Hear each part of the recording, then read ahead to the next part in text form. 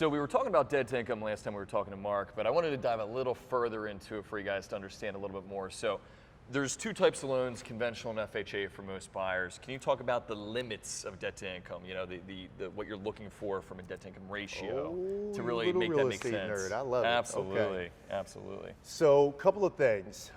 In most mortgage companies, most loan officers probably aren't going to get into the weeds like this with you unless it's relevant because you're, pushing it to the limit. But there are certain limits that are set by the agencies. So Fannie Mae and Freddie Mac have absolute limits for how much debt you're allowed to carry when you're qualifying for one of their loans. So does HUD for FHA loans.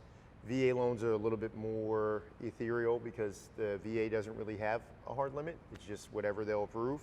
But in general, if you're getting a conventional loan, Fannie Mae's limit is 50%. So that means your total monthly debts that show up on your credit report, that's all your minimum payments, plus the new mortgage debt can't be more than 50% of your gross monthly income.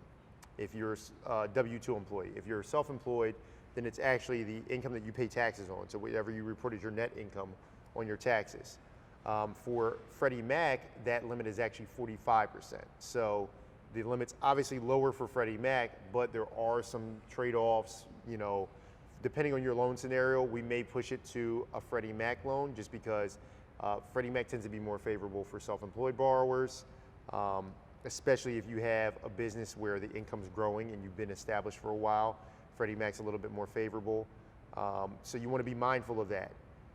There are additional overlays that individual lenders may have. So for example, if a lender tells you you cannot afford a house because it's outside of your price range, your debt to income ratio is too high, you want to find out if that's a guideline, which is the rules from Fannie or Freddie, or if it's an overlay, which means it's the lender's rules. Many lenders, especially the big banks, have overlays, meaning they want to limit their exposure to people who are more likely to default. Who are people that are more likely to default? People that are buying at the edge of their buying power, right? So if my maximum debt to income ratio that I can have for a Freddie Mac loan is 45%, and I'm going all the way up to 44.8, that's literally the most that I can afford. Big bank may not be comfortable with that. They may say, hey, we're limiting you to 41, 42%. Doesn't seem like a big deal, but when we're talking about transactions that are hundreds of thousands of dollars, that may be the difference between you being able to get the house you want or not. So you always want to ask those questions. FHA loans are a lot more flexible. You can actually go up to 56.9% debt to income ratio if you have credit over a 620 middle credit score. So if my 3 credit scores, Equifax, TransUnion, and Experian, the middle one's over a 620, I can get away with having way more debt with an FHA loan.